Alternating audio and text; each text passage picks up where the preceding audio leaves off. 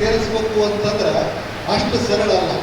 ಆಮೇಲೆ ಉಳಿದ ಸಮಾಜಗಳು ಅಷ್ಟೊಂದು ಸುಶಿಕ್ಷಿತರು ವಿದ್ಯಾವಂತರಲ್ಲ. ನಮ್ಮ ಸಮಾಜ ವಿದ್ಯಾವಂತರು ಸುಶಿಕ್ಷಿತರು ತಮ್ಮದೇ ಆದಂಥ ನಿರ್ಣಯ ತಗೊಳ್ಳುವಂಥವ್ರು ಇರ್ತಾರೆ.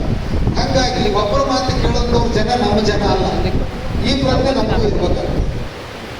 ಯಾಕೆ ಈ ಮಾತು ಹೇಳಕತ್ತೀನಿ ಅಂತಂದ್ರೆ, ಇದು ನನಗೂ ಈ ಕಾರ್ಯಕ್ರಮದ ಮುಂಚಿತವಾಗಿ ಗೊತ್ತಿರಲಿಲ್ಲ.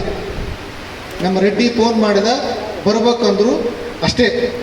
ಬಂದಿವಿ. ಒಂದಿಬ್ಬರು ಮೂರು ಸ್ವಾಮಿಗಳಿಗೆ ಫೋನ್ ಮಾಡಿದ್ರು, ಫೋನ್ ಮಾಡಿದ್ವಿ. ಅವರು ಬರ್ತೀವಿ ಅಂದರು, ಬರಲಿಲ್ಲ. ಏನೋ ಕಾರಣ ಹೇಳಿದರು. ಒಂದಂತೂ ಸತ್ಯ, ಇವರೆಲ್ಲರನ್ನು ಬಿಡ್ರಿ, ನೀವು ಎಲ್ಲಿವರೆಗೂ ಯುವಕರು ತಯಾರಾಗಂಗಿಲ್ಲ ಅಲ್ಲಿವರೆಗೂ ನಮ್ಮ ಸಮಾಜ ಉದ್ಧಾರ ಆಗಲಿಕ್ಕೆ ಸಾಧ್ಯ ಇಲ್ಲ ಅನ್ನುವಂಥದ್ದನ್ನು ಇವತ್ತು ಮೊದಲು ನೀವು ಗಟ್ಟಿ ಆಗಬೇಕು. ಮಲ್ಲಮ್ಮಗ ಜಯಂತಿ ಮಾಡಿದ್ರೆ ಅಕ್ಕಿ ಖುಷಿ ಆಗಂಗಿಲ್ಲ. ಬಸವಣ್ಣಗೆ ಜಯಂತಿ ಮಾಡಿದ್ರು ಬಸವಣ್ಣಗೆ ಖುಷಿ ಆಗಂಗಿಲ್ಲ.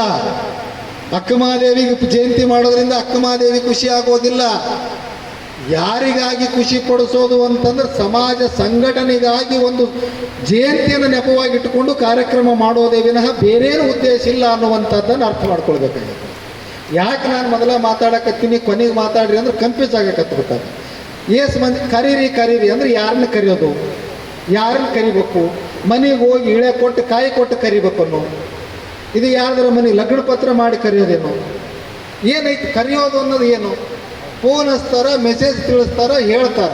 ಯಾರು ಸಮಾಜದಾಗ ಹುಟ್ಟಿವಿ ಅಂತ ತಿಳ್ಕೊಂಡಿರ್ತಾರ ಅಂಥವ್ರು ಬಂದಿರ್ತಾರೆ.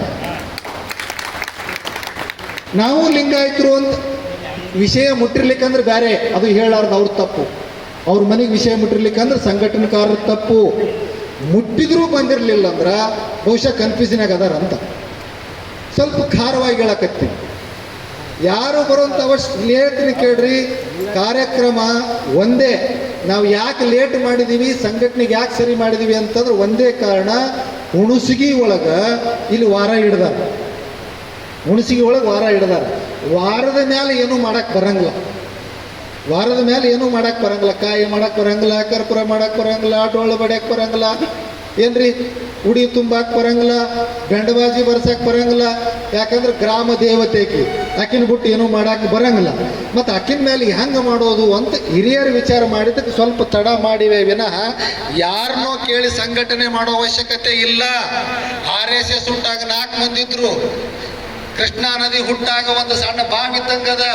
ಎಷ್ಟು ಮಂದಿ ಬಂದೀರಿ ಅಂದ್ರೆ ರಾಜ್ಯನೇ ಬದಲು ಮಾಡೋ ಶಕ್ತಿ ಅದ ಅನ್ನುವಂಥದ್ದನ್ನು ನೀವು ಅರ್ಥ ಮಾಡಬೇಕು. ಏನು ಅವಶ್ಯಕತೆ ಇಲ್ಲ, ಚಲೋ ಮಾಡೋಣ.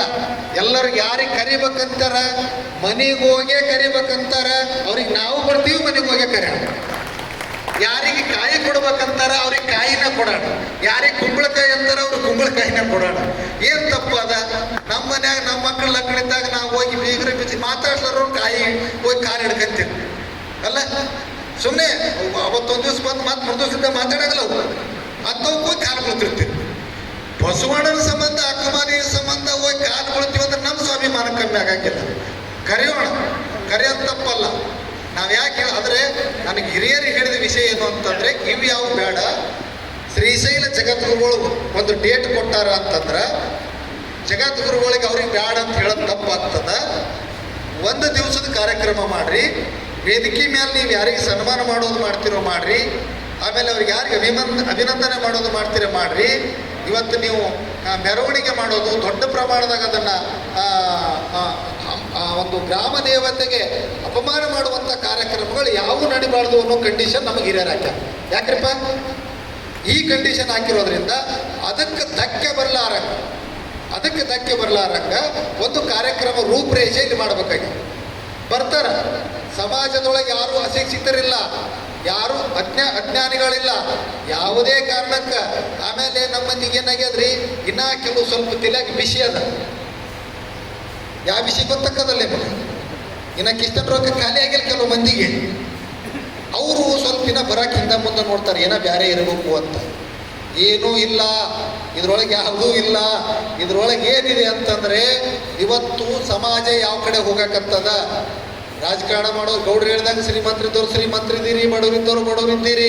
ಆದರೆ ಸಮಾಜ ಯಾವ ಕಡೆ ಹೋಗಕತ್ತದ, ಯುವಕರು ಯಾವ ಕಡೆ ಹೋಗಕತ್ತಾರ. ಯುವಕರಿಗೆ ನೀವೇನು ಸಮಾಜ ಸಂದೇಶ ಕೊಟ್ಟಿರಿ, ಈ ಜಯಂತಿ ಮೂಲಕ ಯುವಕರಿಗೆ ಸಂಘಟನೆ ಮಾಡೋದು, ಯುವಕರನ್ನ ಸುಸಂಸ್ಕೃತರನ್ನಾಗಿ ಮಾಡೋದು, ಯುವಕರನ್ನ ಒಂದು ದಾರಿಗೆ ತರುವಂತ ಕೆಲಸ ಈ ಜಯಂತಿಗಳ ಮೂಲಕ ಮಾಡಬೇಕಾಗಿದೆ. ಯಾಕಂದ್ರೆ ಇವ್ರನ್ನ ಯಾಕೆ ಮಹಾತ್ಮರು ಇಟ್ಕೊಂಡಿವಿ ಅಂದ್ರೆ ರಾಜಕಾರಣಿಗಳು ಇಟ್ಕೊಂಡ್ಬಿಟ್ಟು ಅಂದ್ರೆ ಮತ್ತೆ ಪಕ್ಷ ಆಗಿಬಿಡ್ತಾವೆ. ಅವು ಮತ್ತೆ ಒಂದ್ ಕಡೆ ಸೇರೇ ಬಿಡ್ತಾವೆ. ಇವ್ರಿಗೆ ಕರೆದ್ರೆ ಪಕ್ಷ ಹಚ್ಚುವಂತ ಪರಿಸ್ಥಿತಿ ಒಳಗೆ ನಾವು ತೀರ್ಮಾನಕ್ಕೆ ಬಂದು ನಿಂತೀವಿ. ಏನ್ರಿ ಬಸವಣ್ಣಗೆ ಬಾ, ಅಕ್ಕಮಾದೇವಿಗೆ ಬಾ, ಅಲ್ಲ ಮಲ್ಲಮ್ಮಗೆ ಬಾ, ಅವ್ರ ಹೆಸರು ಹೇಳಿದ್ರೆ ಕಷ್ಟ ಹೋಗೋರಿಗೆ ಬಾ ಅಂದ್ರೆ ಬರಾಕ್ ಕಷ್ಟ ಆಗುವಂತ ಜನ ಇವತ್ತು ನಾವಾಗಿವಿ. ಇಂಥ ಸಮಾಜದೊಳಗ ನಿಜವಾಗ್ಲೂ ಇವತ್ತು ನಾವು ಅದಕ್ಕೇನು ವಾರ ಬೇಕಾಗಿಲ್ಲ, ತಿಥಿ ಬೇಕಾಗಿಲ್ಲ, ಮಿತಿ ಬೇಕಾಗಿಲ್ಲ, ಅವ್ರಿಗೆ ಏನು ಜಯಂತಿನೂ ಬೇಕಾಗಿಲ್ಲ, ಅವ್ರಿಗೆ ಪುಣ್ಯತಿಥಿನೂ ಬೇಕಾಗಿಲ್ಲ, ಅವ್ರಿಗೆ ಕಾಯಿನೂ ಬೇಕಾಗಿಲ್ಲ, ಕರ್ಪೂರನೂ ಬೇಕಾಗಿಲ್ಲ. ಬೇಕಾಗಿರೋದು ನಮ್ಮ ಉದ್ಧಾರಕ್ಕಾಗಿ ಅನ್ನುವಂಥ ಎಚ್ಚರಿಕೆ ನಮ್ಮೊಳಗಿದ್ರ ಇಂಥ ಕಾರ್ಯಕ್ರಮಗಳು ಯಶಸ್ವಿ ಆಗಲಿಕ್ಕೆ ಸಾಧ್ಯ ಆಗ್ತದೆ. ಆ ನಿಟ್ಟಿನೊಳಗ ಶ್ರೀಶೈಲ ಸನ್ನಿಧಿಯವರು 1ನೇ ತಾರೀಕಿಗೆ ಡೇಟ್ ಕೊಟ್ಟಾರ. ನಮಗೆ ನೀನು ಮಾತಾಡಿ ಹುಡುಗರು ಮಾತಾಡಿದ್ರು ನಾವು ನಮ್ಮದೊಂದು ಏನು ಸ್ವಭಾವ ಅಂದ್ರೆ ಯುವಕರು ಮಾಡಕತ್ತಾರ ಅಂದ್ರೆ ಮೊದಲು ಅವ್ರನ್ನ ಒಂದು ತೊಗೊಂಬರ್ಬೇಕಂತ. ಹುಡುಗರು ತಯಾರಾಗ್ಯಾವ ಅಂದ್ರೆ ಅವ್ರು 3 ಮಂದಿ ತಯಾರಾಗ. ಯಾಕಂತಂದ್ರೆ ಹಿರಿಯರು ನೀವು ಏಟು ತಿಂದಿದ್ರು ಒಂದು ಕಾಲು ಹೊರಗ ಒಂದು ಕಾಲು ಒಳಗ, ನೀವು ಏಟು ಮಾಡಿದ್ರು ಎಲ್ಲಿಗೆ ಹೋದ್ರು ಅಲ್ಲಿಗೆ 10,000 1 ವರ್ಷ ₹1 ಬರಲ್ಲ ವರ್ಷ. ಯಾಕೆ ಹೇಳಕತ್ತೀನಿ ಅಂತಂದ್ರ, ಯಾಕೆ ಈ ಮಾತುಗಳನ್ನು ಹೇಳಕತ್ತೀನಿ ಅಂತಂದ್ರ ಬರೇ ಸಂಘ ಕರ್ಸಮು ಎಷ್ಟು ಮಂದಿ ಬೇಕ್ರಿ? 100 ಮಂದಿ ಬಂದಿರಿ ಸಾಕಲ್ಲ. 100 ಮಂದಿ 10 ಮಂದಿ ಬಂದ್ರೆ 1000 ಮಂದಿ ಆಗ್ತಾರೆ. 1000 ಮಂದಿ ಆದ್ರೆ ಎಂತ ಜಯಂತಿ ಮಾಡ್ಲಿಕ್ಕಿಲ್ಲ. 1000 ಮಂದಿಯಾಗ 10 ಮಂದಿ ಒಳ್ಳೆ ಹುಡುಗರಾದ್ರಿ ಅಂತಂದ್ರೆ ನಮ್ಮ ದೇಶನೇ ಉದ್ಧಾರ ಆದಂಗ ಅನ್ನೋಂಥದ್ದು ನಮ್ಮ ಭಾವನೆ. ಅದಕ್ಕೆ ನಾನು ಹೇಳೋದು ಇಷ್ಟ, ನೀವೆಲ್ಲರೂ ತಯಾರಾಗಿ, ನೀವೆಲ್ಲರೂ ಮೊದಲು ಯುವಕರು ನೀವು ರೆಡಿ ಇದ್ರಿ ಏನಪ್ಪ, ಹಿಂದಿದ್ದವ್ರು ಸ್ವಲ್ಪ ಜೋರಾಗಿ ಚಪ್ಪಾಳೆ ತಟ್ರಿ. ಬಸವಣ್ಣ ಬಂದು ಕುಂತ ಮಾರೆ ಎಡಗೈ ಮೇಲೆ ಬೆಳಗೈ ಗಾಣಿ ಮಾಡಿರಿ ಮಾಡ್ತೀವಂತ. ನಾನು ಯಾಕೆ ಹೇಳಕತ್ತೀನಿ ಅಂತಂದ್ರೆ ಯುವಕರು ತಯಾರಾಗಬೇಕಾಗಿದೆ, ಸಂಸ್ಕಾರ ಬೇಕಾಗಿದೆ. ನಿಮ್ಮ ದಾರಿ ತಪ್ಪ್ಯಾವ, ನೀವು ನಡೆದುಕೊಳ್ತಕ್ಕಂಥ ರೀತಿ ತಪ್ಪ್ಯಾವ, ನೀವು ಹೋಗ್ತಾ ಇರೋ ಇವತ್ತು ವಿಚಾರಗಳು ಸರಿ ಇಲ್ಲ. ಅವನ್ನ ಕಲಿಸ್ಬೇಕಾಗ್ಯದ ನಾವು ಗುರುಗಳು ಕುಂತು. ಇವತ್ತೇನು ರಾಜಕಾರಣ ಬರ್ತದ, ಇವತ್ತು ನಿಮ್ಮ ಶ್ರೀಮಂತಿಕೆ ಬರ್ತದ, ನಿಮ್ಮ ಜಾತಿ ಬರ್ತಾವ, ಅವೆಲ್ಲ ವಸ್ತಿ ಒಳಗಿರ್ತಾವ. ಆದರೆ ಮನುಷ್ಯತ್ವ ಅನ್ನೋದು, ಇವತ್ತು ನಾವು ಉದ್ಧಾರ ಆಗಬೇಕು ಅನ್ನೋದು ಇವತ್ತು ನಾವೆಲ್ಲರೂ ಕಲ್ಕೊಳ್ಬೇಕಾಗಿದೆ. ಅದನ್ನು ಕಲ್ಕೋಬೇಕಂದ್ರೆ ಇಂಥ ಒಂದು ಕಾರ್ಯಕ್ರಮವನ್ನು ನೆಪವಾಗಿಟ್ಟುಕೊಂಡು ಈ ಸಂಘಟನೆಯನ್ನು ನಾವು ಮಾಡಬೇಕಾಗ್ತದೆ. ಅದಕ್ಕೆ ನಾವು ನಮ್ಮ ಅಭಿಪ್ರಾಯ ಅಂತರೂ ಶ್ರೀಶೈಲ ಸನ್ನಿಧಿಯವರು 1ನೇ ತಾರೀಕು ಡೇಟ್ ಕೊಟ್ಟಾರ. ಯಾವುದೇ ಆಡಂಬರ ಇಲ್ದಂಗ ಎಲ್ಲ ಯುವಕರನ್ನ, ಸಮಾಜದ ಹಿರಿಯರನ್ನ, ಇವತ್ತೆಲ್ಲ ಸಾಧಕರನ್ನ ಕರೆಸಿ ಒಂದು ವೇದಿಕೆ ಮೇಲೆ ಕುಂದಿರಿಸಿ ಕಾರ್ಯಕ್ರಮ ಮಾಡ್ಬೇಕನ್ನೋ ಅಭಿಪ್ರಾಯ ನಿಮ್ಮದಾದ. ಹ್ಞೂ ಅಂದ್ರ ಗಪ್ಪನ ಕುಂದರ್ರಿ, ಮಾಡ್ಬೇಕಂದ್ರ ಚಪ್ಪಾಳೆ ಮಾಡ್ರಿ. ಅವ್ರಿಗೆ ಹಿಂದಿದ್ದವ್ರಿಗೆ ಸಂಬಂಧ ಇಲ್ಲ. ನೀನು ಒಳಗೆ ತಿರುಗಿ ನೋಡ್ತೇನೆ, ನೀನು ಹೊಡಿ ಅಂತ ತಪ್ಪದ.